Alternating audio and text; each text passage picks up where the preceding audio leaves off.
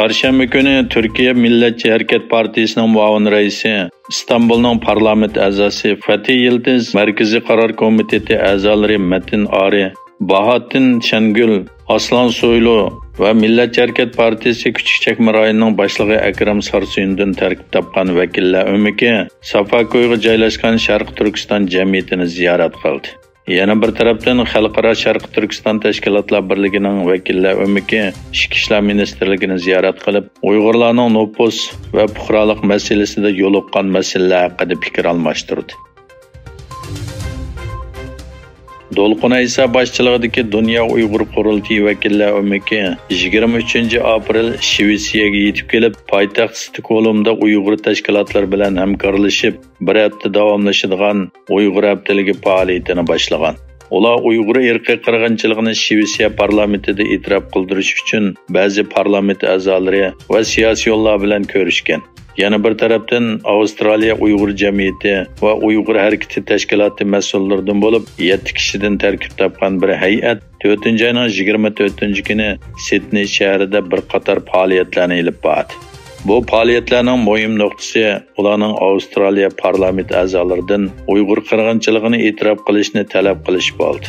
Shu kuni yana Sidney universitetida Adamni izlayman nomli hujjatli filmni ko'rsatish va Uyg'urlarning navbatdagi ig'ir vaziyati to'g'risida doklad berish yig'ini o'tkazildi. Xitoyning Fransiyada turishliq bosh elchisining oldingi kunlardagi qalaymaqon so'zlari xalqaroda kuchli munozara qo'zg'agan bo'lib, nurg'un davlatlar norozilik bildirganlikdan Xitoy Tashqi ishlar ministrligi inkos bildirdi. Xitoy Tashqi ishlar ministrligi bayonotchisi Wangning kundalik axborot yig'inida muxbirlarning bu haqda orqa-marqa savol so'rashiga duch kelgan. Ammo u javobida Xitoyning har qaysi davlatlarning egalik huquqiga hurmat qiladiganligini, Sovet ittifoqi parchalangandan keyin mustaqil bo'lgan davlatlarning egalik huquqini inkor qilmaydiganligini bildirgan. Xitoyning Anqaradagi elchixonasi Turkiya Ichki ishlar ministrining Uyg'urlarning faoliyatiga qatnashishiga norozi bo'ldi va tahdidlik so'zlarni qildi. Yegilishicha, Xitoyning Turkiyadagi bosh elchixonasi Turkiya Ichki ishlar ministri Sulaymon Soyluning Xalqaro Sharq Turkiston tashkilotlar birligi o'rinlashtirgan etlik faoliyatiga qatnashganligiga qarata yozma bayonot e'lon qilib, buningga qattiq norozilik bildirganligi va qattiq qarshi turganligi haqida jar soldi. Xitoy prezidenti Xi Jinping Rossiya-Ukraina urushi boshlangandan buyon tunji qitim Ukraina prezidenti Vladimir Zelenskiy bilan telefonda ko'rishdi. Xi Jinping urushdan keyin Rossiya prezidenti Vladimir Putin bilan ko'p qitim ko'rishgan. Hatto Moskvada ziyoratda bo'lgan bo'lsa-mu, ammo o Zelenskiy bilan hech aloqalashib boqmagan edi.